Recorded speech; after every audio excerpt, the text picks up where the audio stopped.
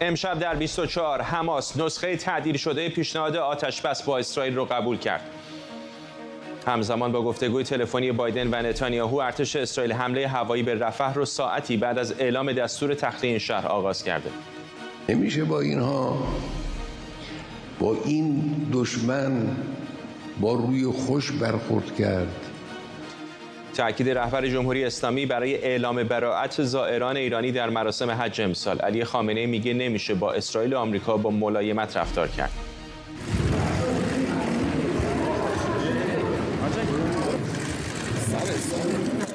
سفر مدیر کل آژانس بین‌المللی انرژی اتمی به ایران با هدف احیای توافق پیشین با جمهوری اسلامی، رافائل گروسی در تهران بر مجموعه‌ای از اقدامات عملی و مشخص تاکید کرد. از واشنگتن دی سی این 24 است با فرداد فرحزاد. این یک خبر فوری است. بینندگان ایران اینترنشنال در ایران و سراسر جهان، سلام و وقت بخیر. احتمالاً در دقایق گذشته شنیدید حماس اعلام کرده نسخه تعدیل شده پیشنهاد آتش‌بس با اسرائیل رو قبول کرده. دفتر نخست وزیر اسرائیل گفته البته که پیشنهاد حماس با الزامات اسرائیل فاصله زیادی داره و به عملیات رفح فعلا ادامه میده، اما در این حال اضافه کرده هیئتی رو برای بررسی امکان رسیدن به توافق اعزام میکنند. در همین لحظات گذشته ارتش اسرائیل گفته تانک‌هاش به صورت محدود وارد رفح شدند، بنابراین در این لحظه هنوز توافقی قطعی نیست. دولت نتانیاهو اما با تصمیم سختی روبروی و فشارهای بین‌المللی هم رو به افزایش. جان کربی، سخنگوی شورای امنیت ملی کاخ سفید، همین دقایق پیش در واکنش به این خبر گفته واشنگتن و متحدانش در حال بررسی جزئیاتند. ما در حال بررسی پاسخ حماس و گفتگو درباره اون با متحدان منطقه‌ای خودمون هستیم. همونطور که میدونید رئیس آژانس اطلاعات مرکزی آمریکا در منطقه حضور داره و همزمان روی این موضوع کار میکنه. تا زمانی که همه چیز مشخص نشه نمیتونم اظهار نظر بیشتری بکنم. امیدوارم این رو درک کنید. میدونم همه کنجکاو هستن بدونن در این پاسخ چی اومده و واکنش اسرائیل به اون چی هست. اما من جلوتر از روند نمیرم. هدف ما آزادی گروگان‌ها، برقراری آتش‌بس 6 هفته‌ای و افزایش کمک‌های بشردوستانه است. همکارم بابک اسحاقی از تل‌آویو به ما پیوسته. بابک، مشخصه که وضعیت خیلی پیچیده‌ای، فقط یک طرف رسما اعلام کرده که آتش‌بس تعدیل شده رو پذیرفته. طرف اسرائیلی نگفته که کاملا رد میکنه، ولی خیلی محتاطانه تا حالا برخورد کردن. فشارهای بین‌المللی هم به نظر داره زیاد میشه. چه میگن الان اونجا در تل‌آویو؟ همانطوری که کاخ سفید دقایقی پیش اعلام کرد، دقایقی بسیار حساس و ساعتهای بسیار حساسی را اسرائیل و نوار غزه پشت سر میذاره و هنوز دقیقاً معلوم نیست که آتش‌بس آیا به نتیجه خواهد رسید و یا خیر. اما آنچه که میتونیم دقیقاً ببینیم دود و آتشی است که از رفح بلند میشه. بنیامین نتانیاهو به وعده خودش دست آخر عمل کرد و دقایقی پیش تانک‌های اسرائیلی وارد منطقه رفح شدند. در همان حال بیش از 11 هواپیمای اسرائیلی همکنون بر فراز رفح در پرواز هستند. به گفته سخنگوی ارتش اسرائیل تاکنون بیش از 70 هدف را در داخل رفح مورد حمله قرار دادن. در همین حال به نظر میاد که شمال اسرائیل هم بیدار میشه و رد و بدل آتش بین حزب الله لبنان و ارتش اسرائیل در شمال هم دقایقی پیش شروع شده. سخنگوی ارتش اسرائیل میگوید که نیروهای ارتش این کشور همکنون به صورت هدفمند به اهداف سازمان حماس در منطقه رفح حمله کردن، عملیات نظامی زمینی را انجام میدن و جزئیات بیشتر را در آینده نزدیک سخنگوی ارتش به ما خواهد گفت.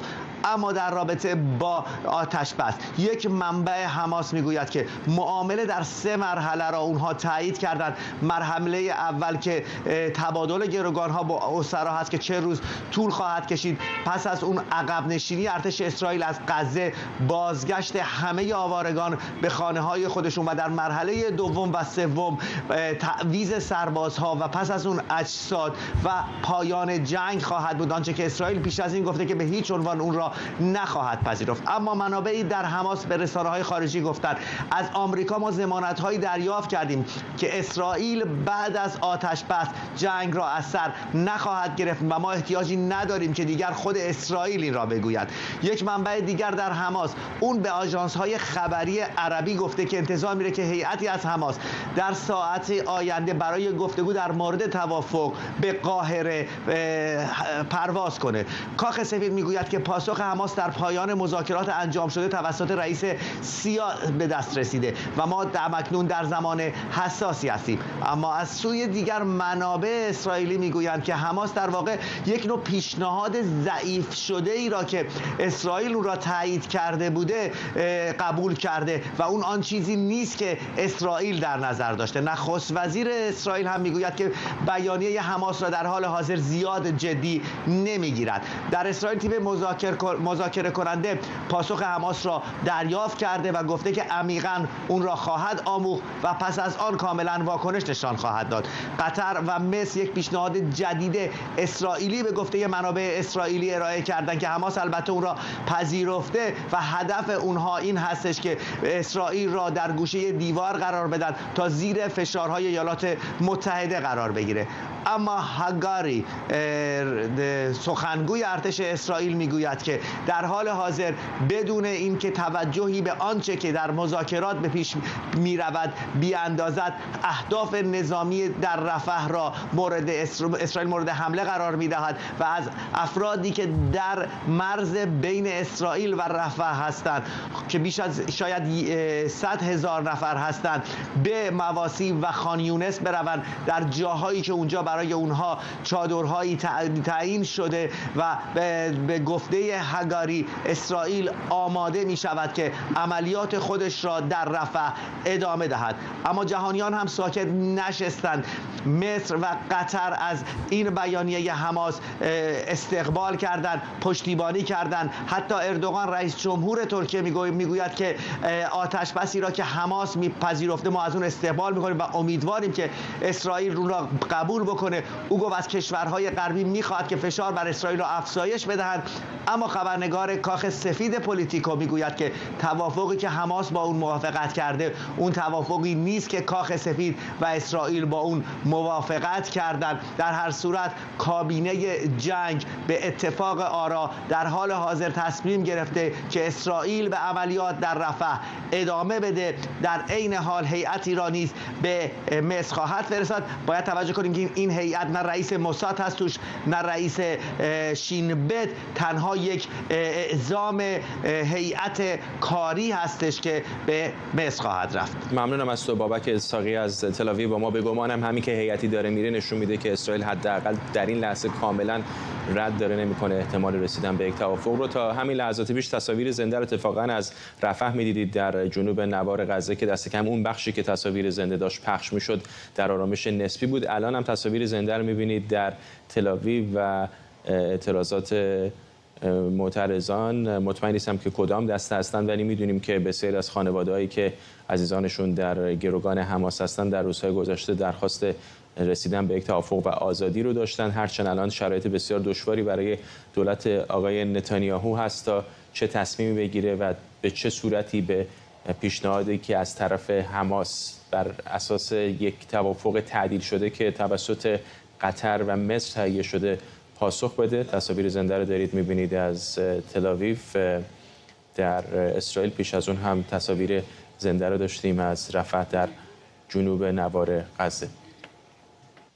نخست وزیر اسرائیل و رئیس جمهوری آمریکا ساعتی پیش درباره ادامه جنگ و توافق آزادی گروگان‌ها گفتگو کردند. در بیانیه کاخ سفید آمده که بایدن با اظهار نگرانی درباره پیامدهای حمله به رفح از نتانیاهو خواسته تا گذرگاه کرم ابوسالم یا کرم شالوم رو که دیروز توسط اسرائیلی‌ها بسته شد فوراً باز کنه. سخنگوی سازمان ملل هم این تحولات رو نگران کننده خونده. در هر جنگی محافظت از غیر نظامیان ضروریه. یه راه حل اساسی برای انجام این کار اینه که به غیر نظامی ها اجازه بدیم به مناطق امن‌تر برن، اما اونها باید زمان کافی برای ترک و همچنین مسیر و مکانی امن برای رفتن داشته باشند. مهمتر از همه نیازهای اساسی غیر نظامی های آواره است که باید برآورده بشه. باید به اونها اجازه داده بشه که به محض اینکه شرایط اجازه بده برگردن. سازمان ملل در هیچ تخلیه غیر ارادی یا آوارگی در جنوب غزه شرکت نمی‌کنه. آرش علایی از کنگره آمریکا و سمیرا قرایی از وزارت خارجه با ما هستند. سمیرا، به نظر میاد که خیلی محتاطانه و با کلمات بسیار شمرده و با احتیاط مقامات آمریکایی دارن واکنش نشون میدن، ولی در کل به نظر شاید از یک توافقی، حالا کم و کیفش رو نمیدونیم، که در روزها و ساعت‌های پیش رو ممکنه به دست بیاد استقبال میکنن. فرداد، به هیچ عنوان روشن نیست.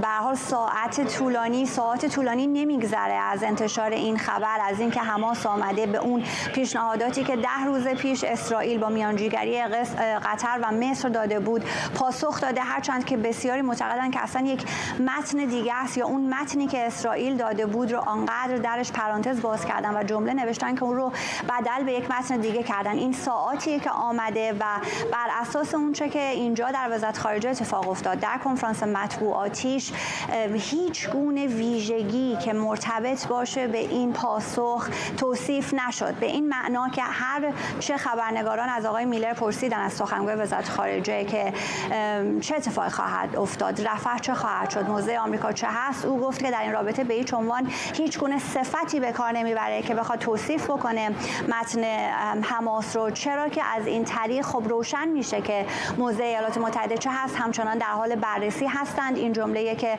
بارها تکرار کرد و خب حالا باید ببینیم که موضع رسمی ایالات متحده در این رابطه چه خواهد بود. قبل از اینکه خب انتشار این توافق و این بحث آتش بس بیاد، آقای بایدن با آقای نتانیاهو هم تلفنی صحبت کرده بود، در اونجا مواضع خودش رو بر اساس اون متنی که کاخ سفید منتشر کرد به روشنی به اطلاع آقای نتانیاهو رسونده بود. منتها این به روشنی واقعا چندان روشن نیست. آقای بایدن 1 ماه پیش حدوداً گفته بود که بحث رفح رو باهاش موافق نیست ایالات متحده، با اون عملیات نظامی که اسرائیل در سر داره موافق نیست. وزیر خارجه ایالات متحده هم این رو تاکید کرده چندین بار بعد از آقای بایدن که ایالات متحده با این مسئله کنار نخواهد آمد. اما در رابطه با کنفرانس خبری وزارت خارجه که صحبت می‌کردم، فردا در همون ابتدای کنفرانس خبری خب این بحث آتش بس بسیار داغ بود. بخشایی که آقای میلر تایید میکنه دریافت پاسخ حماس رو بریم با هم بشنویم.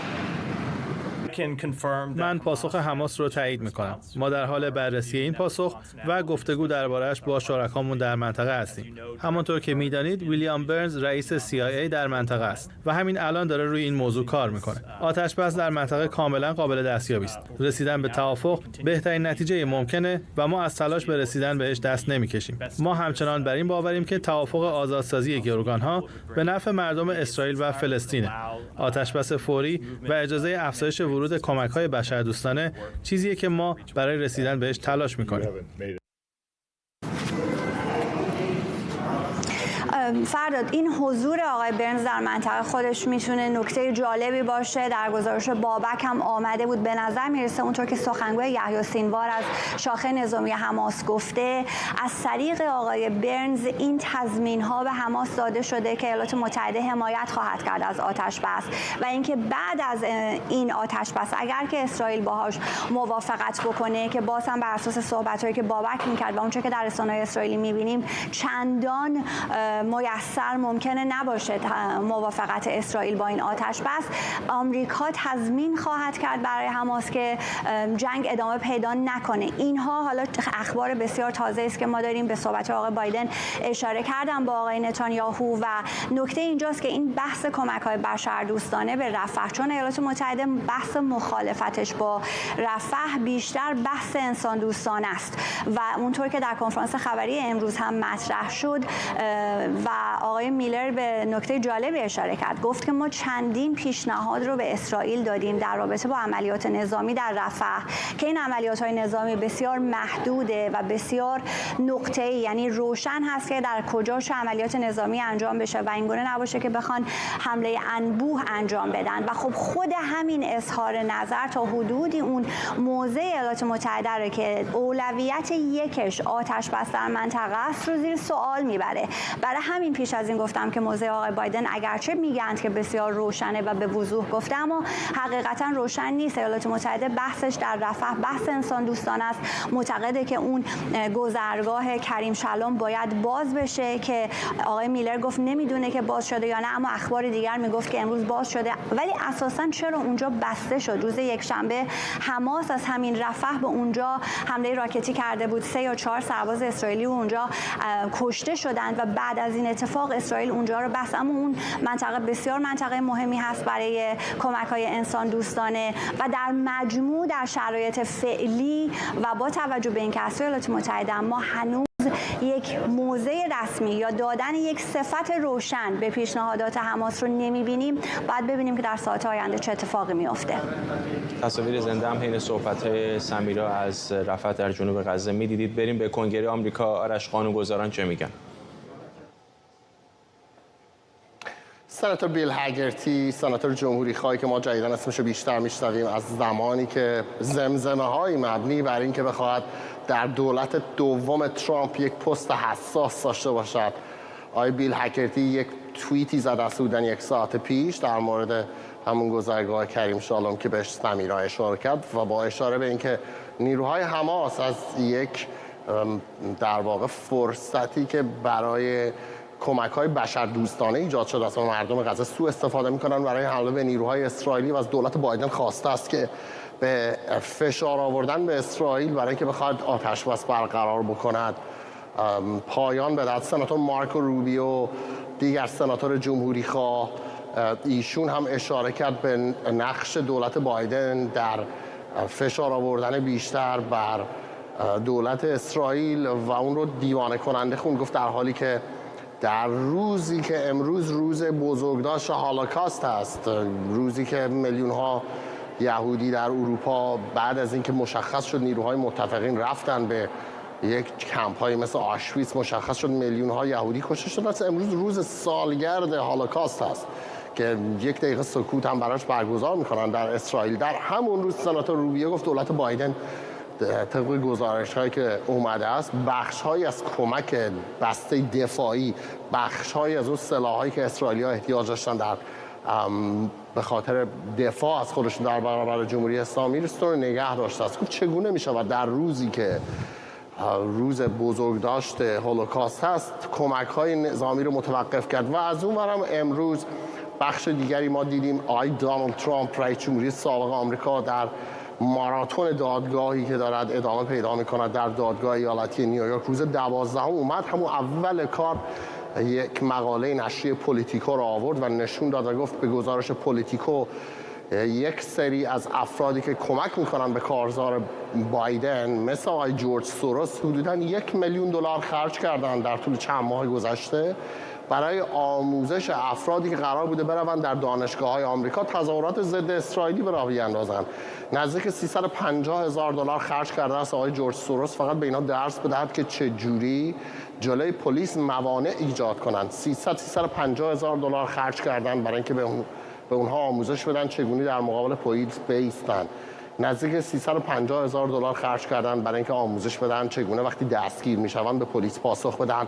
و آقای ترامپ گفت امیدوار است اسرائیل چشمش باز باشه. کسایی که به بایدن کمک مالی میکنن در آن واحد دارن کمک میکنن به طرفداران ضد اسرائیلی، طرفداران حماس، طرفداران افرادی که ما میبینیم در دانشگاه‌های آمریکا میرن و قانونگذاران آمریکایی میگویند خیلی از اینها اصلا دانشجو نیستن. آقای مارکو روبیو میگفت بعضی از این افراد که در دانشگاه‌های آمریکا الان دارن علیه اسرائیل تظاهرات میکنند الان بعضیشون از خارج آمدن، حتی یه سریاشون با ویزای دانشجویی وارد آمریکا شدن و از دولت بایدن پرسید چگونه است که ویزا این افراد رو لغو نمیکنه. در مورد رفح هم اینجا در کنگره آمریکا افرادی که من صحبت میکنم حداقل دموکرات ها اینطور به من میگویند که اگر اسرائیل میتوانست وارد رفح بشود منتظر کسی نمیماند بخواد اجازه بگیرد. اسرائیل کشور مستقلی است، ارتشش هم قوی است. منتها مسئله رفح فرداد این است که یک مساحت خیلی کوچکی است، نزدیک 1.4 میلیون انسان اونجا قرار دارد. وارد شدن به اون منطقه واضحاً باعث افزایش تلفات غیر نظامیان در هر دو طرف خواهد شد و این چیزی نیست که اسرائیل ها هم بخوان. برخی اینجا میگویند این یک تلاشی است از طرف دولت اسرائیل برای فشار آوردن به دولت بایدن، برای که میداند بایدن اینجا تحت فشار است. میخواهند فشار بیاورند دولت بایدن برای اینکه دولت بایدن به عربستان سعودی فشار وارد کند، برای اینکه قبول کند عربستان سعودی توقعاتش رو بیارد پایین. اسرائیل و عربستان سعودی هر چه زودتر یک توافقنامه صلح با هم امضا کنند. بنابراین بعضی ها اینجا در کنگره آمریکا اعتقاد دارند که این حرکاتی که نتانیاهو انجام میدهد فقط یک بلوف نظامی است. فعلا از طریق موشک و راکت حمله خواهد کرد به رفح، ولی فرستادن یک نیروی بزرگ نظامی به منطقه رفح اون چیزی است که اینجا در کنگره آمریکا بعضی ها فکر می‌کنند آقای نتانیاهو در حال بلوف زدن هست. ممنونم از هر دوی شما. آرش علایی در کنگره و سمیرا قرایی از وزارت خارجه آمریکا. همچنان هم تصاویر زنده رو در سمت چپ تصویر می‌بینید از رفح در جنوب باریکه غزه. همطور که بهتون گفتم حماس به صورت یک طرفه گفته که نسخه تعدیل شده آتش‌بس، توافق آتش‌بسی رو که قطر و مصر تدوین کردن پذیرفته. اسرائیلی‌ها تا این لحظه محتاط بودن در واکنش به اون، گفتن که به عملیات نظامیشون ادامه میدن، اما هیئتی رو دفتر نخست وزیری اسرائیل گفته که برای بررسی احتمال رسیدن به یک توافق به قاهره میفرسته. اینجا در استودیو شکریا برادوس، پژوهشگر امنیت بین‌الملل و سیاست خارجی با ماست و همینطور مهری جاودانفر، هم تحلیلگر مسائل اسرائیل از تل آویو. اجازه بدید با اسرائیل شروع کنیم. آقای جاودانفر، چقدر فکر می‌کنید که احتمال رسیدن به یک توافق این بار جدیه؟ واقعاً پیش بینیش بسیار سخت استش آقای فرهزاد، بسیار سخت استش. در امید وجود داره. ما می‌بینیم که چقدر آمریکایی‌ها مصمم هستن که هر دو طرف به یک توافقی برسن. آقای ویلیام برنز در منطقه هستش، مصری‌ها دارن فشار میارن، ولی در این حال خبرهای ضد نقیضی ما میشنویم از حماس، از اسرائیل. حماس از این طرف این که ما قبول کردیم، از این طرف اسرائیل این که نه، این اشتباه، این حماس داره دروغ میگه، اینا تمامش یک کارهای فریبکاری هستش. واقعا هنوز معلوم نیستش. برای می‌بینیم که اسرائیل داره در مناطق در رفح حملات نقطه زن داره ادامه میده. در اسرائیل دیدگاه وجود داره که باید روی حماس فشار داره، چون بعضی از درخواست‌های حماس برای آقای نتانیاهو قابل قبول نیست. البته بر اساس چیزایی که تو مطبوعات میشنویم، همونطور که می‌دونید همه چیز رو واقعا به همه نمیگن در مطبوعات، ولی به نظر میاد که آقای نتانیاهو فعلا داره با حملات محدود داره سعی میکنه که فشار بیاره روی حماس تا موضع خودش رو تغییر بکنه، چون مواضعی رو حماس اتخاذ کرده که برای دولت آقای نتانیاهو غیر قابل قبول هستش. خانم برادوس، شما چه فکر میکنید؟ فشار بر آقای نتانیاهو همین الان هم خیلی زیاد است، هم از طرف‌های غربی دیدیم آمریکایی‌ها هرچند محتاطانه ولی نگفتن که رد میکنن رسیدن به یک توافق. خانواده‌هایی که عزیزانشون گروگان هستن بی‌تابن که اونها برگردند و تلفات غیر نظامی هم می‌بینیم تظاهرات متفاوت در دانشگاه سراسر جهان ایجاد کرده. در چه موقعیتی هستن آقای نتانیاهو؟ چقدر فکر می‌کنید ممکنه بپذیره؟ من انتظار این که به توافق برسن و حماس قبول بکنه رو داشتم و تلویزیون شما هم گفتم دلیل داشتم. به نظر من کشورهایی که داشتن مشاورت میدادن یا حماس باشون صحبت میکرد، مثل جمهوری اسلامی که الان عبداللهی اومده گفته ما توپ انداختیم زمین اسرائیل، یا ترکیه. حالا چرا این دوتا رو میگم؟ چون جدا از قطر و مصر که الان خودشون برای کردیت خود قطر و مصر مهمه که به نتیجه برسن، اون کشورهایی که خارج از این گفتگو هستن هم به نظر من چنین پیشنهادی به حماس میدادن که قبول کنن. قبول کردنش به خاطر این برمیگرده که اگه حماس الان که گفته قبول میکنم، حالا نمیدونیم پیشنهادی که قبول کرده چقدر متفاوته با پیشنهادی که اسرائیل قبول کرده. دلیل من اینه که با قبول کردن چنین پیشنهادی فشارهای بین‌المللی رو اسرائیل میدونه بیشتر میشه و احتمال اینکه جلوی نتانیاهو گرفته بشه که جنگ رفح رو جوری که می‌خواست ببره جلو ببره. برای همین هم هست این آتش بس قبول میکرد. حالا جدا از اینکه خب تصاویری که از دقیقه‌ای که حماس اعلام که این آتش بس قبول میکنه، اگر تلویزیون‌های عربی رو نگاه می‌کردیم می‌بینیم که مردم داخل رفح چه شادی داشتن، انگار پایان جنگ. تصاویر نشون میده که فشار مرد، حالا به جز اون تصاویر امشب، راپورت‌ها و گزارش‌هایی که هر روز داریم می‌بینیم، مردم از حماس می‌خواستن که به توافق جواب مثبت بده، چون که این مردم رفح هستن که زیر چنین فشاری هستن.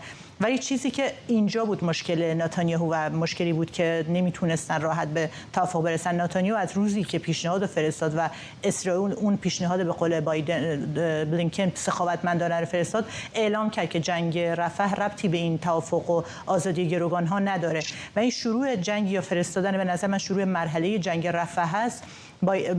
نتانیاهو میدونه که اگه توافق صورت بگیره جنگ رفح انقدر راحت نخواهد بود که بخواد این عملیات رو انجام بده و اگر عملیات رفح رو انجام نده یعنی اینکه شکست نتانیاهو در جنگی که میخواست حماس رو از بین ببره، موندن یک قسمت از اون سرزمین برای یک گروهی که مخالفت یا دشمنه، تو اگه اون گروه بمونه در اون منطقه باعث میشه که در آینده نه چندان دور بتونه دوباره برگرده و نیرو درست کنه، نیرویی که آماده است برای درست شدن در مناطق جنگی. بارها در مورد توضیح دادیم اینجا که باعث میشه یارگیری، نیروهای نظامی زودتری هم بتونه جلب اون گروه شبه نظامی بشه. و قطر و حماس در مورد قطر و مصر هم براش مهم بود که قبول کنه، قطری که تصمیم گرفته بود حماس رو بیرون کنه و قطری که حماس میدونه اگه بخواد در غزه بمونه و برای ماندن در قدرت از غزه احتیاج داره به حمایت قطر، به کمک قطر. برای همین هم هست به نظر من از طرف حماس این چنین چیزی رو من انتظارش داشتم که قبول کنه. آقای جاودانفر، اگر حالا هیئتی که از اسرائیل داره میره به قاهره دوباره برای بررسی مجدد یه تغییراتی ایجاد بکنن و به یک توافق نهایی برسن، به نظرتون برنده اصلی در این توافق کدوم طرف خواهد بود، حماس یا اسرائیل؟ ببینید آمریکا چرا نهایتاً در افغانستان شکست خورد؟ چون نتونست دولت الटरनेटिवی رو بیاره تو افغانستان که دوام داشته باشه، پس مجبور شد بیاد بیرون. چرا آمریکا در عراق شکست خورد؟ به خاطر همین دلیل، به خاطر اینکه سعی کردن یک دموکراسی به وجود بیارن که ثبات داشته باشه و الان هم دیدیم که واقعا عراق چی شد. خود ما چرا در لبنان شکست خوردیم؟ ما در سال 1982 رفتیم در لبنان، سعی کردیم دولت اونجا رو عوض بکنیم. آقای بشیر جمایل که حامیان آقای بشار حافظ الاسد زدن، ایشون رو کشتن و بعد از 18 سال خوده بیان بیرون. اگه هدف ما این بود که ما بریم در غزه، که هدف ما یکی از اهداف اول این بود دیگه، خود منم به اندازه کافی تو برنامه شما بودم وقتی که در اسرائیل بودیم و در مورد این مسئله ما حرف می‌زدیم که دولت اسرائیل حماس رو عوض بکنه، یک حکمران دیگه اونجا باشه. ببینید به نظر میاد که دیگه همچین چیزی غیر ممکن شده. اگه 2 ماه اول 3 ماه اول میومد آقای نتانیاهو میومد اجازه میداد نیروهای سازمان آزادی بخش فلسطین برن در غزه، برن اونجا مستقر بشن، شاید میشد حماس رو عوض کرد. شما فردا تجسم بکنید، تصور بکنید ما میریم رفح رو هم میگیریم، باشه. از کی میاد اونجا به بیمارستان و به مسائل بهداشتی، آموزش پرورش، بیمارستان ها، مشکلات چه میدونم آب و فاضلاب و اینا برسه؟ خب کسی جز حماس دیگه نیستش. حالا یا اینکه ارتش اسرائیل میاد که جوانان 18 ساله ما رو بفرستن که برن اونجا مثلا وسط غزه شیر خوش پخش بکنن بین این همه مردم مسلح. حالا خدا میدونه چقدر اسلحه وجود داره. از این نظر به نظر من واقعا اسرائیل به هدف خودش نرسید. ولی اینکه جنگ تموم بشه، اگه هر دو طرف به یک آتش بس برسن و این اسرا برگردن به خانواده‌هاشون، اونا هم معلومه غزه میخواد آرامش داشته باشن، این به نفع هر دو طرف خواهد. ولی باید بگم که آقای نتانیاهو از یه طرف زیر فشار هستش از دولت آمریکا، از این طرف هم زیر فشار هستش تو دولت خودش. کسانی هستن که بهش گفتن که اگه تو به رفح حمله نکنی از دولت خارج میشی و این پایان دولت آقای نتانیاهو خواهد. ممنونم از هر دوی شما. مهیر جاودانفر، تحلیلگر مسائل اسرائیل از تل‌آویو و اینجا در استودیو شکریا برادوس، پژوهشگر امنیت بین‌الملل و سیاست خارجی. علی خامنه‌ای رهبر جمهوری اسلامی روز دوشنبه در دیدار با مسئولان حج و زیارت از زائران ایرانی خواسته حج امسال رو سیاسی کنند. او گفته از نظر او حج امسال حج براءت. امسال قراره بیش از 87,000 زائر ایرانی در مراسم حج شرکت کنند. مراسم سیاسی براءت از جمله موارد مورد تنش در روابط ایران و عربستان بوده و در یک مورد در سال 1366 منجر به کشته شدن بیش از 275 زائر ایرانی شد. خامنه‌ای در این سخنرانی حملات اسرائیل به غزه رو حملات وحشیانه سگ هار و عناصر خون‌آشام خونده و گفته اگر کسی به آنها دست دوستی بده به گفته او ستمگر و ظالمه. خب امروز کیه در دنیا با مسلمان ها دشمنی میکنه، ستیزگری میکنه، اونها رو میکشه، زنشون رو، مردشون رو، فرزندشون رو، اونها رو از خانه و دیارشون بیرون میکنه؟ اون کیه؟ دشمن صهیونیست در قرآن روشن‌تر از این توصیف بشه؟ فقط هم دشمن صهیونیست و ظاهروا علی اخراجکم، کسانی که کمک میکنن به او. کی کمک میکنه؟ اگر کمک آمریکا نبود رژیم صهیونیستی قدرت داشت، جرأت داشت که اینجور وحشیانه با مردم مسلمان، با زن و مرد، با کودک در اون محیط محدود اینجور رفتار رو بکنه؟ نمیشه با اینها، با این دشمن با روی خوش برخورد کرد. نمیشه با اونها با ملایمت رفتار کرد. چه اونی که مباشر قتل است، چه اونی که معاون قتل است، پشتیبان قتل است، چه اونی که خانه رو ویران میکنه، چه اونی که از ویران کننده خانه پشتیبانی میکنه. محسن سازگارا، فعال سیاسی عضو شورای مدیریت گذار، در استودیو با ماست. روابط ایران عربستان خیلی شکننده بوده و هست. یک راپروشمانی کردن، الان این حرفا دوباره به نظرتون چطوری دریافت میشه در ریاض؟ والا گفت هر آن کس که ناموزد از گردش روزگار نیاموزد از هیچ آموزگار. آقای خامنه‌ای، من حالا حدس میزنم چرا این حرفا رو میزنه، ولی سال 66 عربستان اون براءت از مشرکین رو زد، 300 تا آدم کشت و بعد از اونم اجازه دیگه نداد برن تو خیابون و تظاهرات کنن، حتی تو صحرای عرفات.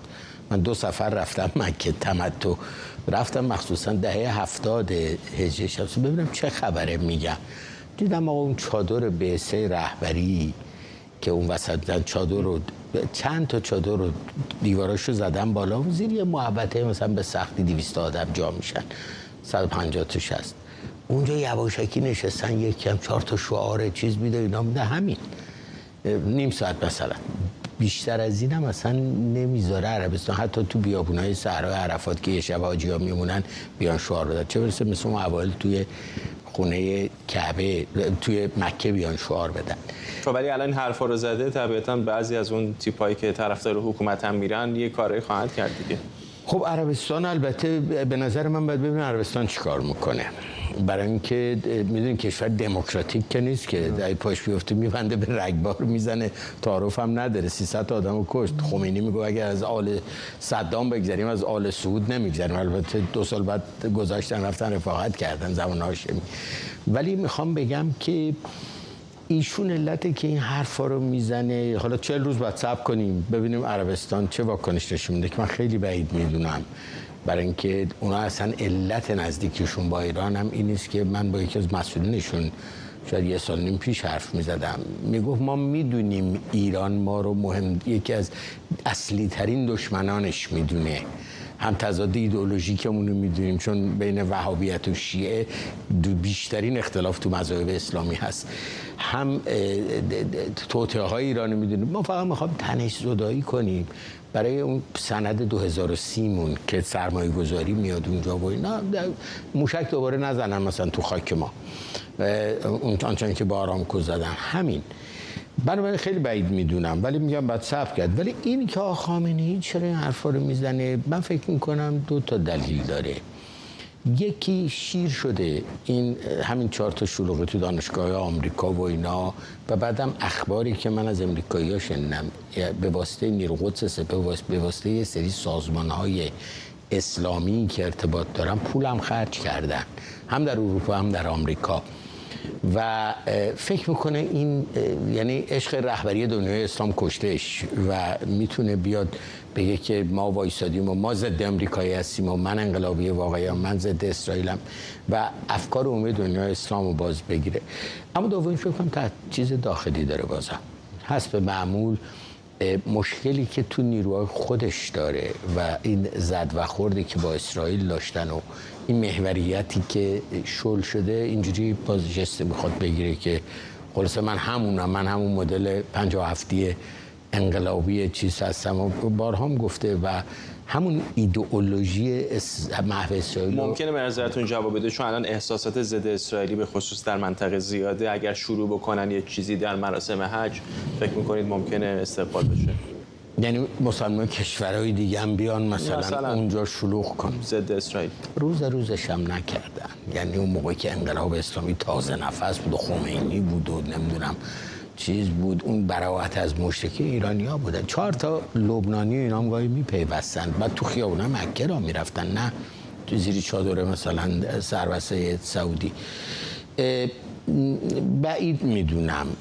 ضمناً یادمون باشه الان برگردیم این 6-7 ماه گذشته نگاه کنیم، انقدر که تو کشورهای دموکراتیک غربی اروپا و امریکا مسلمونا و حتی غیر مسلمونا چپایی که به اینام پیوستن شلوغ کردن و ضد اسرائیل تو خود کشور اسلامی نکردن. نمیتونن بکنن خیلی. همین میخوام بگم اونجا بخوام بکنن هم دولتاشون نمیذارن و آنچنان هم چون 60-70 سال از این حرفا مسلمان گوششون پره دیگه، از دوره تشکیل اسرائیل و دوره ناصر و 4 تا جنگ و تا امروز در واقع خستن.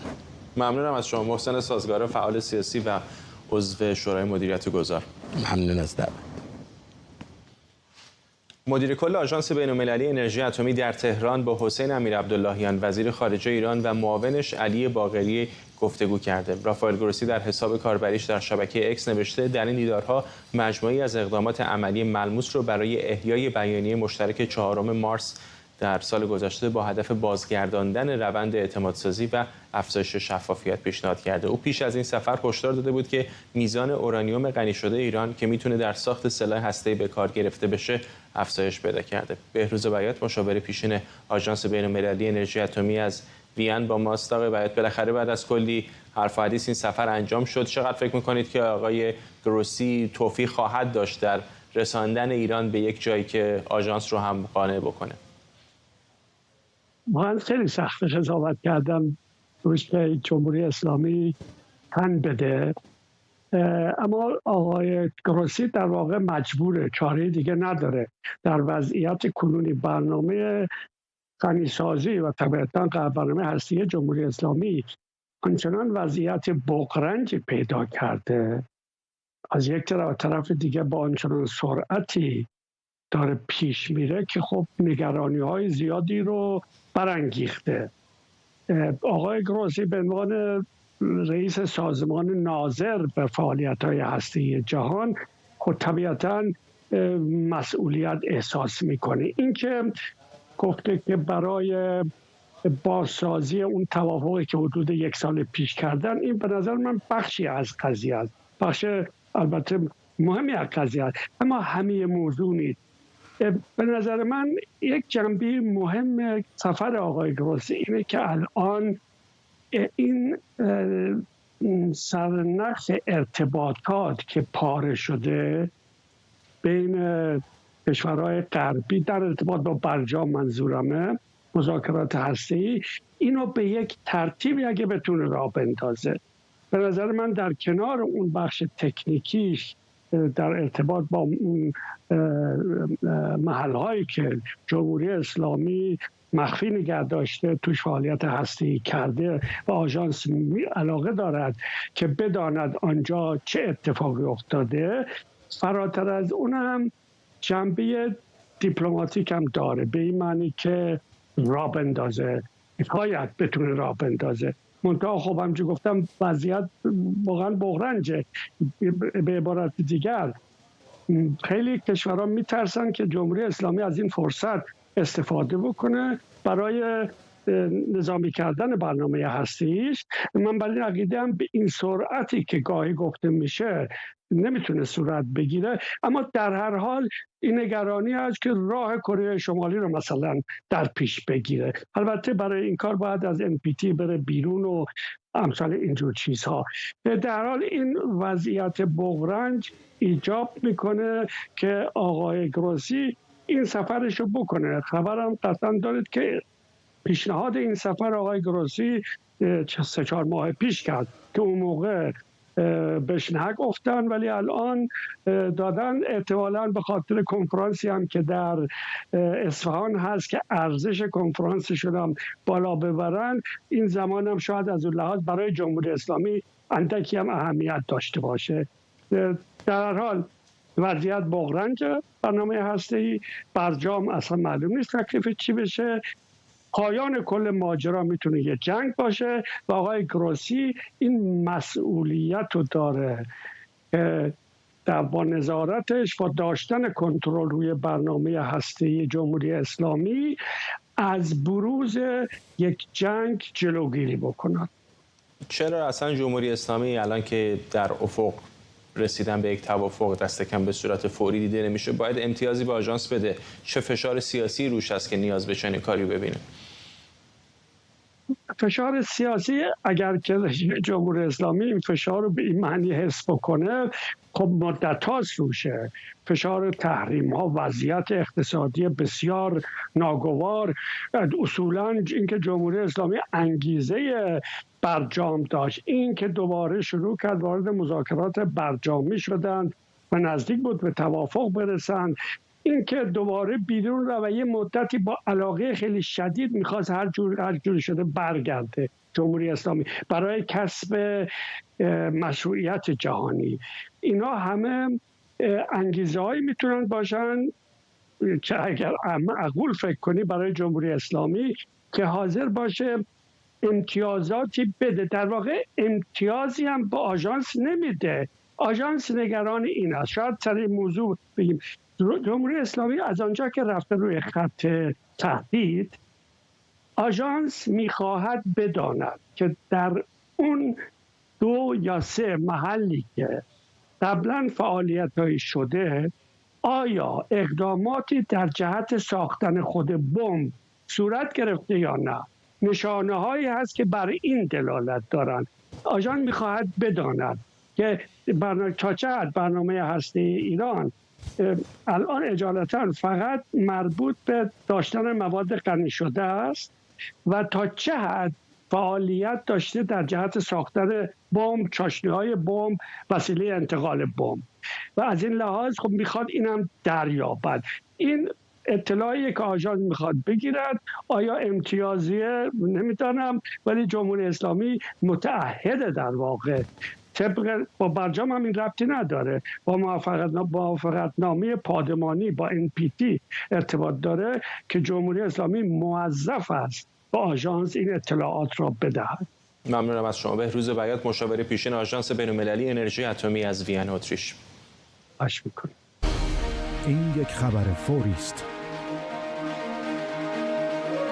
خبری فوری داریم. تنها ساعتی بعد از اینکه حماس اعلام کرد نسخه تعدیل شده آتشبس پیشنهادی توسط مصر و قطر رو پذیرفته، لحظاتی پیش از اسرائیل خبر رسید که موجی از موشک‌پرانی‌ها به جنوب اسرائیل شروع شده و صدای آژیر خطر در منطقه سدروت شنیده میشه.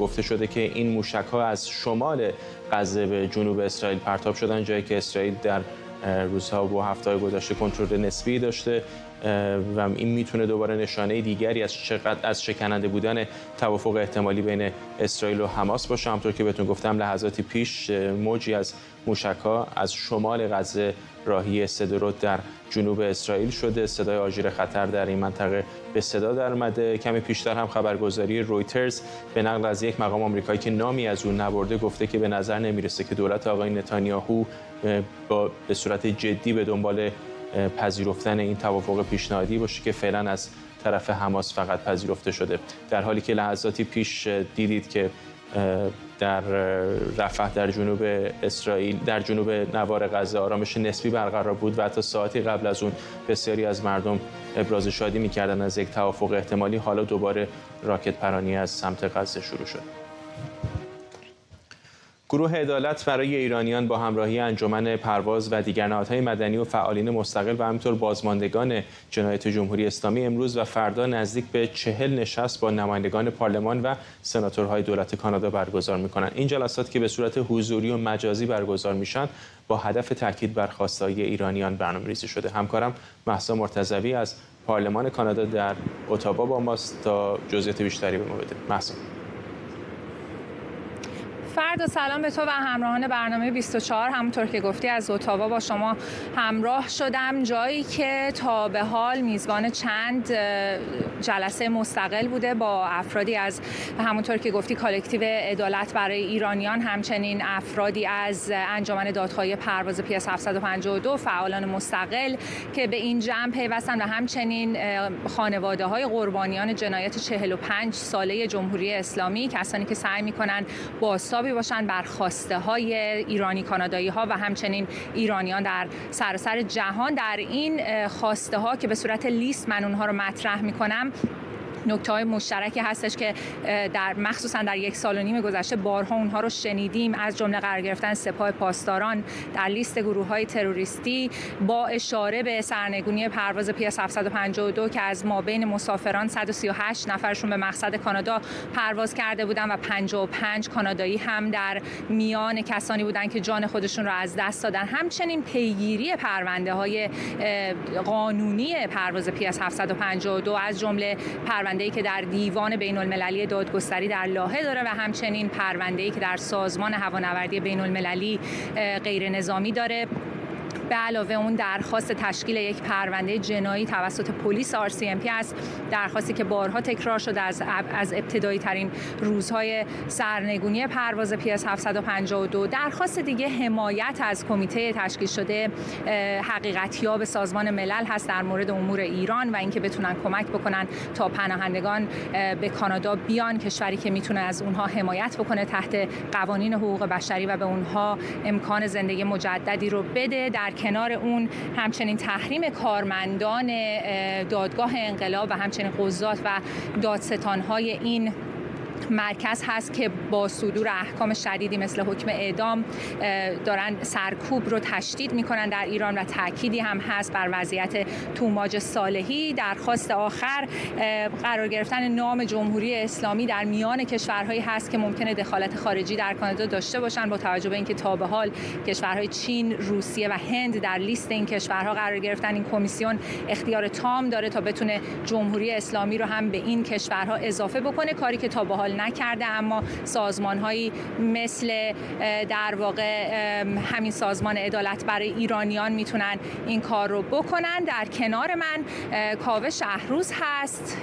در مورد همین موضوع میخوام از شما سوال بکنم، چرا فکر می‌کنید با توجه که ما در کانادا روابط دیپلماتیک با جمهوری اسلامی نداریم، اصلاً کانادا میتونه مقصد جذابی باشه برای جمهوری اسلامی برای دخالت خارجی؟ درود بر شما. بله، همونجوری که میگین خب کانادا کشور کوچیکیه و رابطه دیپلماتیکی با ایران نداره، رابطه تجاری زیادی وجود نداره با ایران، اما فکر کنم برای جمهوری اسلامی از نظر استراتژیک کانادا کشور بسیار مهمی باشه به دو دلیل. یکی اینکه صدها هزار ایرانی الان در کانادا زندگی میکنن و اینجا الان خونه جدیدشونه و کانادا شده کشوری که مرکز مقاومت علیه جمهوری اسلامی. شما هفته پیش تظاهراتی بود برای توماج صالحی، 10,000 نفر اومدن. سال گذشته 50,000 نفر اومدن اینجا تظاهرات کردن و عده زیادی از فعالان حقوق بشر ساکن کانادا هستن. این دلیل اولش. و دلیل دومش اینه که در چند سال اخیر سران جمهوری اسلامی عده زیادیشون اومدن پاسپورت کانادایی گرفتن، کانادا زندگی میکنن، اینجا پولهای کلان آوردن و پولشویی میکنن و خیلی نگران اینن که شاید با تغییر سیاست در کانادا درها برای سران رژیم جمهوری اسلامی بسته بشه. ممنونم از شما کاوه شهروز، حقوقدان که همراه ما بود از گروه عدالت برای ایرانیان، و همچنین از حامد اسماعیلیون در مورد نهادسازی و اهمیتش در بازتاب درخواست‌های ایرانیان پرسیدم. اگه موافق هستی یک تکیه کوتاه از این مصاحبه رو ببینیم.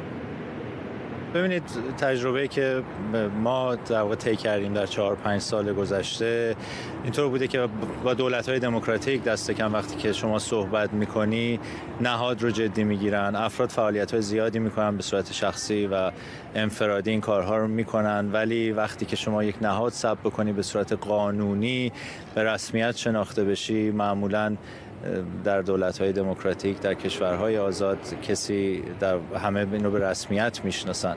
این در واقع نه تنها برای فعالیت‌هایی که در خارج از ایران میشه بسیار اهمیت داره، برای آینده ایران و برای رسیدن به دموکراسی هم بسیار اهمیت داره. نهادهای مدنی و رشد جامعه مدنی یکی از مسائلی که ضمانت میکنه که دموکراسی در یک کشور برقرار باشه.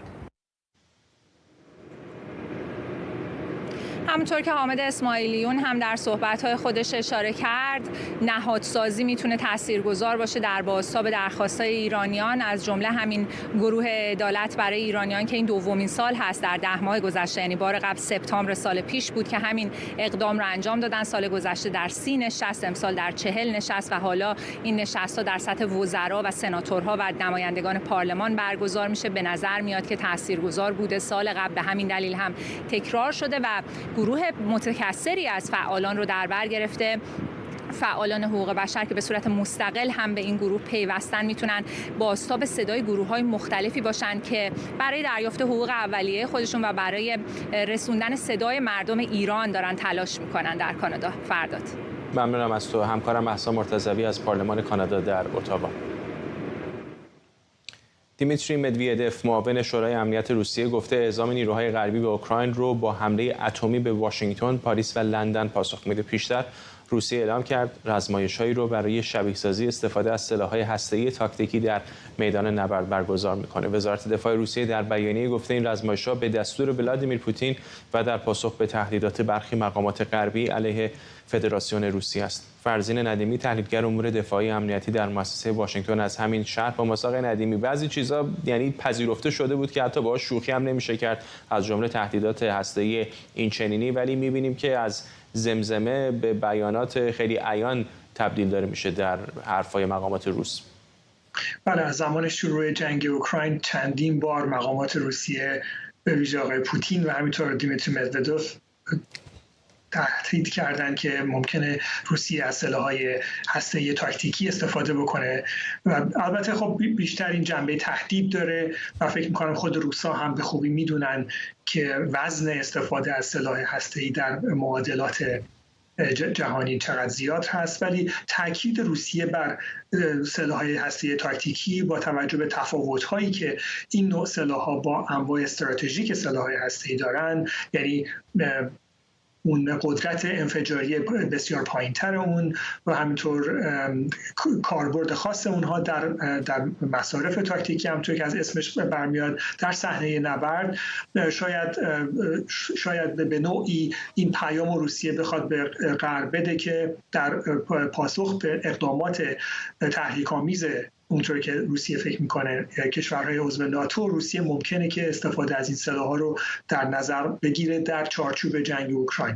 ولی خب به هر حال ایالات متحده هشدارهای لازم رو به روسیه داده که هر گونه استفاده از سلاح‌های هسته‌ای چه تاکتیکی و چه غیر تاکتیکی بسیار جدی از طرف آمریکا تلقی میشه و آمریکا اقدامات خیلی جدی رو در پاسخ دادن به اون در نظر خواهد داشت. ولی خب از طرف دیگه این نکته رو باید در نظر داشت که روسیه هرچند که در شرایط فعلی خیلی در وضعیت بدی در جنگ نیستش، جنگ به نوعی فرسایشی شده، دو طرف امکان پیشروی یا عقب یا پسروی خیلی جدی وجود نداره، در نتیجه خیلی جای نگرانی از طرف روسیه در شرایط فعلی نباشه. بنابراین صحبت‌هایی که میشه صرفاً جنبه بازدارندگی داره، برای اینکه میدونه کشورهایی هستن در اتحادیه اروپا و همینطور در پیمان ناتو که نسبت به این صحبت‌های موقع حساسیت بیشتری دارن، مثل آلمان،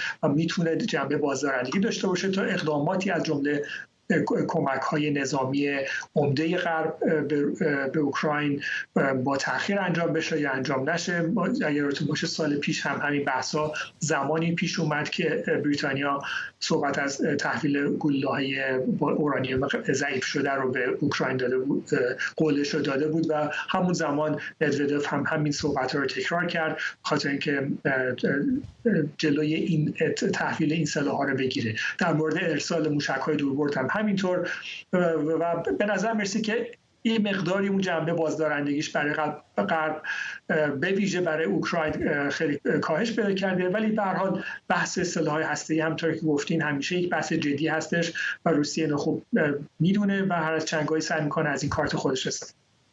اون بخشی که میگه سلاح‌های تاکتیکی واقعا چه معنایی داره؟ این سلاح‌های تاکتیکی چه تفاوتی دارن با سلاح‌های سنتی هسته‌ای؟ ببینید سلاح‌های استراتژیک هسته‌ای بیشتر موشک‌های قاره‌پیمایی هستند که یا از زمین شلیک میشن یا از زیردریایی‌ها و قدرت انفجاری بسیار بالا دارن، نزدیک بعضی‌هاشون بیش از 1 مگاتن قدرت انفجاری دارن و میتونن یک شهر رو با خاک یکسان بکنن. سلاح‌های تاکتیکی هسته‌ای معمولاً قدرت خیلی کمتری دارن، بعضی‌هاشون حتی کمتر از 1 کیلوتن، یعنی 1000 تن قدرت TNT معادل انفجار 1000 تن TNT قدرت دارن و صرفاً در عملیات‌های تاکتیکی در میدان نبرد مورد استفاده قرار می‌گیرن. بمب‌هایی که از هواپیما رها میشن، کلاهک موشک‌های کوتاه‌برد بالستیک یا گلوله‌های توپخانه. در گذشته در زمان جنگ سرد حتی بمب‌های هسته‌ای کوله پشتی هم وجود داشت که سربازان تو کوله پشتیشون می‌ذاشتن و یه جاهایی اینا رو مستقر می‌کردن و اون رو منفجر می‌کردن. بسیار قدرت انفجاری کمتری داره و در نتیجه احتماله که استفاده از اونا در شرایط تاکتیکی میدان نبرد بشه برای جلوگیری از پیشروی دشمن معمولا وجود داره و هیچ مشمول هیچ پیمان دو جانبی یا چند جانبی هم نیست. یعنی برخلاف موشک‌های بالستیک قاره‌پیمای اتمی که تحت پیمان‌های مختلفی تعدادشون مشخص هست و دو کشور باید به هم دیگه اعلام بکنن که چه تعداد از هر موشکی دارن، سلاح‌های هسته‌ای تاکتیکی هسته‌ای به هیچ وجه اینطور نیست و تعداد نامحدودی این کشورها میتونن داشته باشن و مستقر بکنن. ولی به هر حال کشور روسیه و آمریکا تحرکات سلاح‌های تاکتیکی هسته‌ای همدیگر رو تحت نظر دارن و آمریکا گفته که با وجود اینکه روسیه هر از چندگاهی تهدیدهایی میکنه، تحرک اینها رو ندیده ماهواره‌ها و امکانات اطلاعاتیشون و شاید با اعلام انجام آزمایش‌های تاکتیکی که شامل سلاح‌های هسته‌ای بشه، روسیه در حقیقت بخواد که در حقیقت تحرکات این سلاح‌های هسته‌ای رو به نوعی به آمریکا اعلام بکنه و بهشون در حقیقت هشداری بده که ما جابجایی اینها لزوما نشون دهنده استفاده از اونها نیست. ممنونم. فرزین ندیمی، تحلیلگر امور دفاعی و امنیتی در مؤسسه واشنگتن. و ممنون از شما. برنامه رو با تصاویری زنده از تل آویو به پایان میبریم.